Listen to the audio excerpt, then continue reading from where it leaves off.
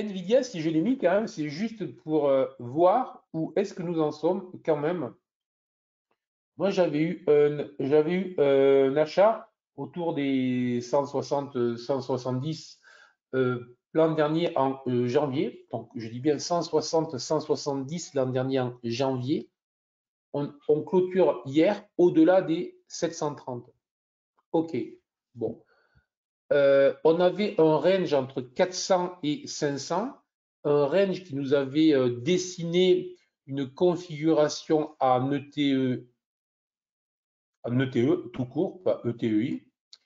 Et cette configuration en ETE, alors ça c'est bien parce que pour ceux qui étaient là, qui se souviennent, on avait eu un cours sur les ateliers actions. Et alors c'était Richard de mémoire qui avait fait remarquer que lui passait haussier parce qu'on était en train de breaker justement le TLR. Et donc ça c'est typiquement ce qu'on appelle le chien de Baskerville en analyse technique, c'est-à-dire lorsqu'une configuration de retournement est invalidée, elle déclenche un mouvement puissant. Et là, on est passé de 450 à près de 750 en 3 mois. De 450 à près de 750 en 3 mois. Et Nvidia vient de passer de la 6e ou 7e CAPI à la 3e mondiale. Et a doublé avant-hier Amazon et hier soir Meta, c'est ça, je crois. Donc, les microprocesseurs marchent très bien, l'intelligence artificielle aussi. Alors après, on peut se dire qu'il y a une bulle, on peut se dire plein de choses. Pour le moment, l'entreprise délivre. Tôt ou tard, on se rendra compte, qu'il faudra corriger ce mouvement. Il y a eu le même type d'emballement, mais avec des résultats qui n'étaient pas du tout les mêmes avec Tesla, qui à l'époque était monté à 900 et quelques, avant de corriger derrière de plus de 75%, après avoir été remis à 400, etc. Enfin bref, ils avaient ajusté le cours, donc elle est tombée de 400 à 100 à la louche, Tesla. Donc, je ne dis pas que c'est une action qui va chuter de 75%, surtout pas. Je dis surtout pas quoi que ce soit, surtout pas de contrer. De toute manière, j'ai vu que je crois que c'est Michael Burry qui, depuis 3 ans short à peu près tout ce qui bouge et qui, alors ce n'est pas du tout une critique et jamais je me moque de traders qui prennent des paris et qui se font et qui perdent. Notre job, c'est ça. Donc, je veux dire,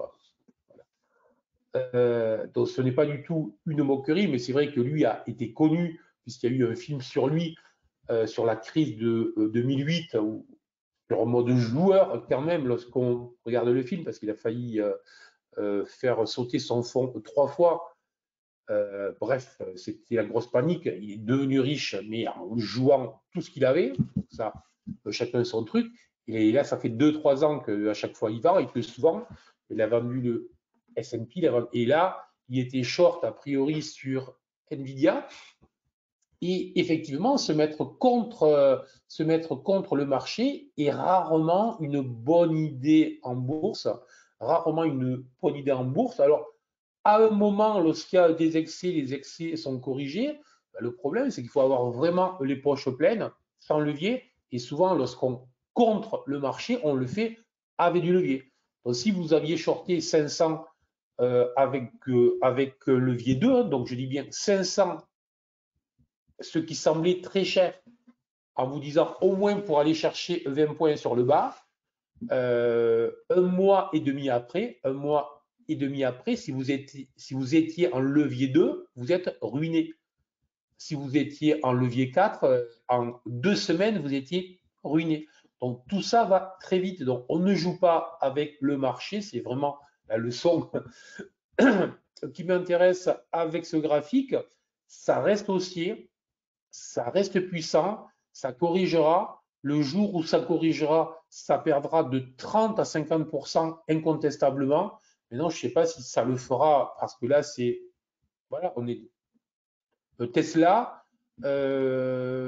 l'année où ils font, enfin, l'année où l'action fait son top, alors, je sais plus la somme, mais c'était quelque chose comme ça. C'est les shorteurs qui avaient laissé sur la table entre 30 et 50 milliards de mémoire, entre 30 et 50 milliards, à contrer le mouvement pour jouer la baisse. Et évidemment, lorsque vous avez fait ça, lorsque la baisse se produit, vous n'y êtes plus. Hein. Voilà.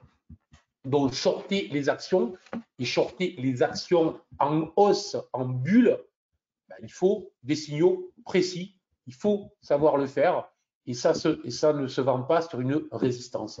Voilà où c'est que je voulais en venir. Donc, on en reparlera tant que ça monte.